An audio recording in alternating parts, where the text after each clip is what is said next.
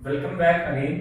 तो जैसा हम लोग जानते हैं कि हम लोग इस चैनल पे क्लास 10th की मैथमेटिक्स ऑलरेडी कवर कर रहे हैं आईसीएसई बोर्ड के लिए। तो इसी में मेरे माइंड में एक ख्याल आया कि मैं क्लास 12th का केमिस्ट्री भी साथ में कवर करूं। ठीक है, बेसिकली हम लोग क्लास 12th में केमिस्ट्री में जो फोकस करेंगे वो फोकस करेंगे जितना भी अपना न्यूमेरिकल पोर्शन पे हमारा ज्यादा फोकस रहेगा, क्योंकि बच्चे थियरी तो पढ़ लेते हैं पर उनको न्यूमेरिकल में प्रॉब्लम रहती है। तो अगर न्यूमेरिकल वाले चैप्टर्स की बात करें तो हमें पता है कि हमारे पास कौन कौन से चैप्टर है। सॉल्यूशन है,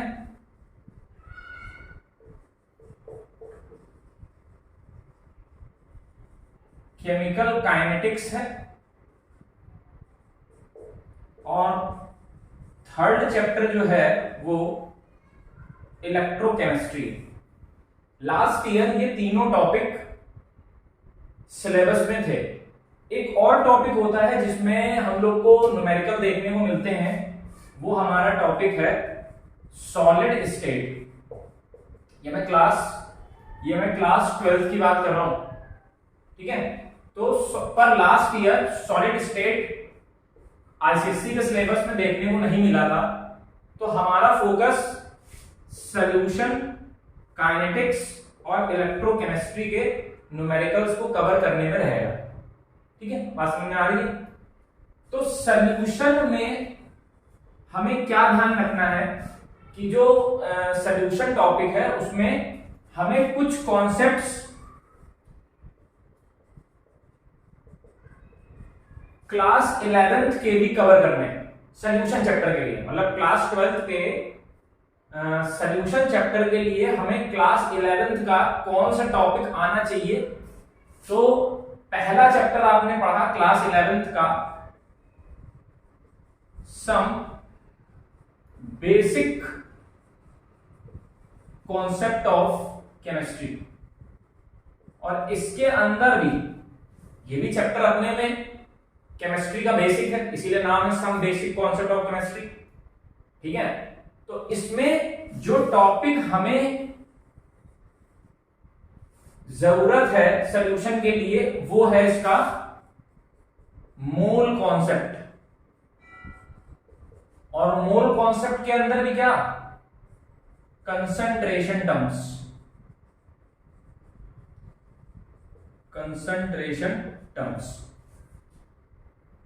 तो मैं पहले 2 लेक्चर बनाऊंगा जिसमें मैं कंसंट्रेशन टर्म्स को कवर करूंगा।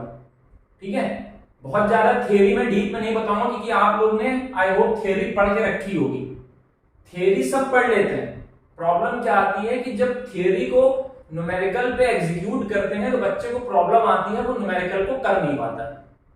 तो मैं थोड़ी थियरी भी कवर करूंगा और साथ में उस पे हर एक एस्पेक्ट का न्यूमेरिकल करेंगे। न्यूमेरिकल की क्वांटिटी भी होगी और न्यूमेरिकल की क्वालिटी भी होगी। 2 बातें ध्यान रखनी है। हम जितने भी न्यूमेरिकल कवर करेंगे उसकी क्या क्वालिटी भी होगी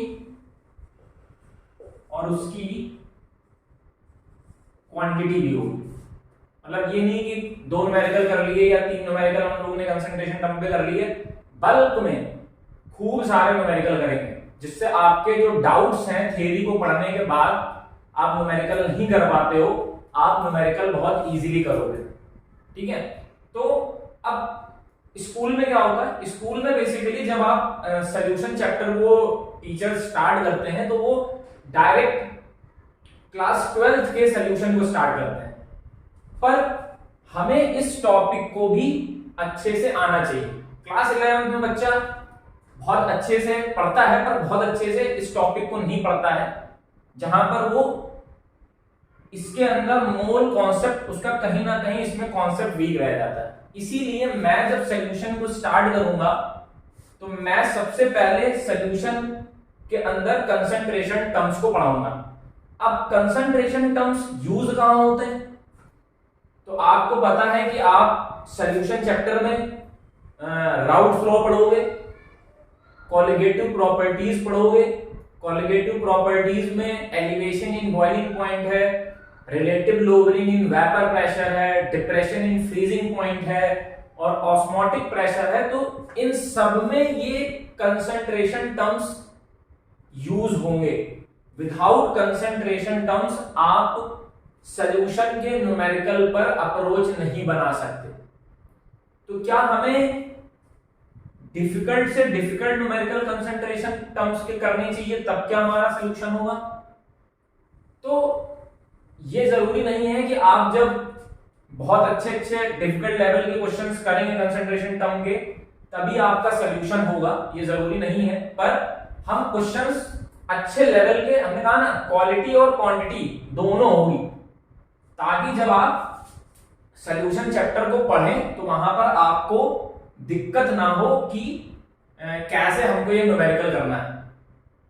मैंने पास्ट ईयर्स कुछ देखा कि बच्चों को न्यूमेरिकल करने में प्रॉब्लम होती है, इसीलिए मेरी सीरीज टोटली डेडिकेटेड रहेगी उन बच्चों के लिए जिनको न्यूमेरिकल में प्रॉब्लम रहती है, और हम लोग न्यूमेरिकल को ही अप्रोच बना के चलेंगे। और आगे हो सकता है क्लास 11th का भी मैं न्यूमेरिकल पोर्शन कवर करूं, पर अभी मैं स्टार्ट करूंगा सबसे पहले क्लास 12th के न्यूमेरिकल पोर्शन को। ठीक है, तो नेक्स्ट लेक्चर को शुरू करेंगे सॉल्यूशन लेक्चर के नाम से, जिसमें लेक्चर 1 आएगा और वहां पर हम कंसंट्रेशन टर्म्स को कवर करेंगे। जिनको लगता है कि थ्योरी उनकी स्ट्रांग है, अगर उनकी थ्योरी स्ट्रांग है तो वो क्या करेंगे, पहला लेक्चर स्किप कर देंगे और दूसरे लेक्चर में जब मैं डायरेक्ट न्यूमेरिकल लेके आऊंगा तो वो न्यूमेरिकल से स्टार्ट करेंगे। ठीक है, सो दैट्स ऑल। मिलते हैं अपने पहले लेक्चर में सॉल्यूशन के लिए, जहां पर हम लोग कंसंट्रेशन टर्म्स को कवर करेंगे। ठीक है।